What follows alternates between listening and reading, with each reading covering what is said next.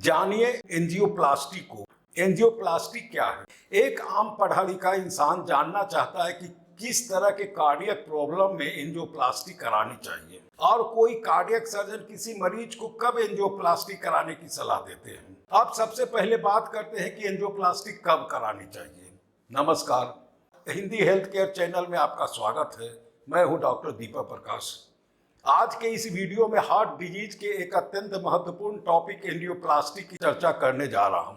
इसमें इस बात की चर्चा करेंगे कि एंजियोप्लास्टी क्या है, यह क्यों की जाती है, कैसे की जाती है, इसके क्या क्या फायदे हैं, इसके साथ साथ कैथ लैब, स्टेंट आदि की भी चर्चा करेंगे। तो चलिए अब एक एक कर सभी की चर्चा करते हैं। सबसे पहले बात करते हैं कि एंजियोप्लास्टी क्यों की जाती है। सबसे पहले यहाँ यह बता दें कि हार्ट डिजीज के इलाज में एंजियोप्लास्टी कराना ठीक रहेगा या बाईपास सर्जरी, या ब्लॉकेज की स्थिति हार्ट डिजीज की गंभीरता तथा मेडिकल कंडीशन पर निर्भर करता है। दूसरी ओर कई लोग एंजियोग्राफी तथा एंजियोप्लास्टी में अंतर नहीं समझ पाते हैं। उन्हें लगता है कि दोनों एक ही है, लेकिन दोनों में काफ़ी अंतर है। जैसे एंजियोग्राफी की बात करें तो यह जान ले कि यह एक जांच है जिसके कराने से यह पता चलता है कि हार्ट को सप्लाई करने वाली रक्त नलियों या उसकी ब्रांचेज में ब्लॉक या सिकुड़न है, या किसी कारण से नलियों में रक्त प्रवाह बाधित है। यदि ब्लॉक है तो कितनी नलियों में और कितना है। जबकि एंजियोप्लास्टी एक सर्जरी है जिसके द्वारा रक्त नलियों में क्लॉट या नलियों की दीवार में सिकुड़न आ जाने के कारण आए ब्लॉकेज को दूर करने के लिए की जाती है। यहाँ यह बता दें कि हार्ट को रक्त सप्लाई करने वाली नली में रक्त का थक्का जम जाने या सिकुड़न आ जाने के कारण हार्ट की रक्त सप्लाई बाधित हो जाती है, जिसके कारण चेस्ट पेन या एंजाइना होने लगता है। फलस्वरूप हार्ट अटैक की संभावना प्रबल हो जाती है। ऐसी स्थिति में इलाज के शुरुआती दिनों में दवा का सेवन के साथ साथ खान पान तथा लाइफ स्टाइल में परिवर्तन लाने के लिए कार्डियक सर्जन कहते हैं।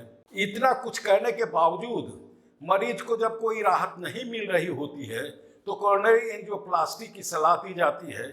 इसके पहले भी हार्ट अटैक, चेस्ट पेन या एंजाइना की स्थिति में कार्डियक सर्जन एंजियोग्राम कराने को कहते हैं। मार्के की बात यह है कि एंजियोप्लास्टी जनरल ऑपरेशन थिएटर में नहीं की जाती, बल्कि एक विशेष तरह के ऑपरेशन थिएटर में की जाती है जिसे कैथ लैब कहते हैं। मतलब कैथ लैब एक विशेष तरह का एक ऐसा लैब होता है जहां एंजियोप्लास्टी की जाती है। यहाँ यह बता दें कि कैथ लैब आधुनिक उपकरणों से लैस होता है और इसमें जनरल ऑपरेशन थिएटर भी होता है, क्योंकि कई बार एंजियोप्लास्टी के दौरान कॉम्प्लिकेशन हो जाने की स्थिति में इमरजेंसी में बाईपास सर्जरी की जरूरत पड़ जाती है। इसी को ध्यान में रखकर इसकी भी व्यवस्था कैथ लैब के अंदर ही की जाती है। अब बात करते हैं कि एंजियोप्लास्टी कैसे की जाती है।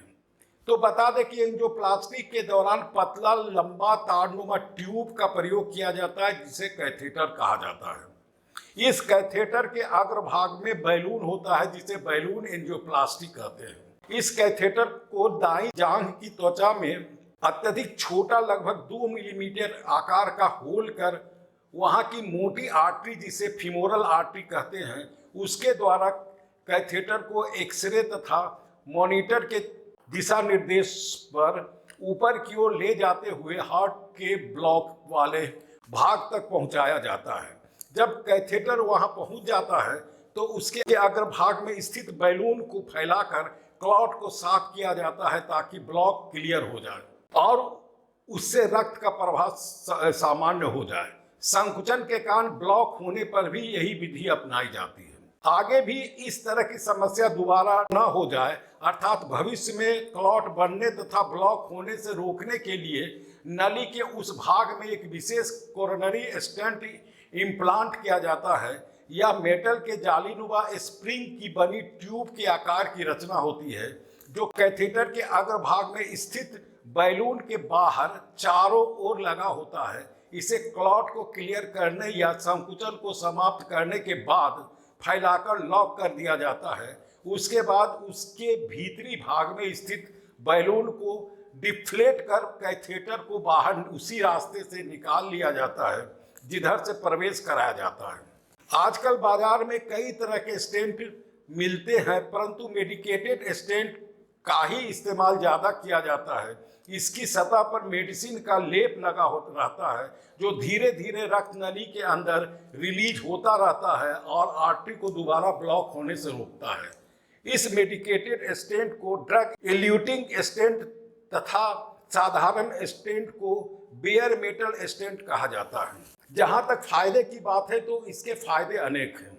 जब से यह ऑपरेशन होने लगा है, हृदयाघात से मरीजों की मरने की संख्या में काफी कमी आई है। अनुभवी सर्जन द्वारा इसकी सफलता की 100% गारंटी होती है। स्टेंट लगाने के दौरान मरीजों की मौत की संभावना 0.5% से कम होती है। बाईपास सर्जरी में मरीज को कम से कम 2 सप्ताह तक भर्ती रहने की जरूरत पड़ती है। छाती में काफी लंबा चीरा लगता है और ऑपरेशन में कई घंटे भी लगते हैं। यह काफी खर्चीला भी है और मरीज को पूरी तरह ठीक होने में महीनों लग जाते हैं। शारीरिक मानसिक कष्ट होता है सो अलग। इसकी तुलना में एंजियोप्लास्टी में महज आधा घंटा से 1 घंटा का समय लगता है। बाईपास की तुलना में कम खर्चीला है। किसी तरह का चीर फाड़ करने की जरूरत नहीं पड़ती। मरीज को बेहोश करने की भी जरूरत नहीं पड़ती। ब्लीडिंग नहीं के बराबर होता है। मरीज को अस्पताल में महज 1 से 2 दिनों तक ही भर्ती रहने की जरूरत पड़ती है। मरीज को 2 से 3 दिनों के बाद रूटीन काम करने लगता है। आशा है आपको एंजियोप्लास्टी के बारे में सारी बातें समझ में आ गई होगी। अंत में यदि आपको मेरा यह वीडियो पसंद आए तो इसे लाइक करें, शेयर करें और सब्सक्राइब करें और लगे हाथ बगल के बेल आइकॉन को दबा दें ताकि आगे आने वाले नए वीडियो की जानकारी आपको समय समय पर मिलती रहे, ताकि आप इसका लाभ उठा सकें। धन्यवाद।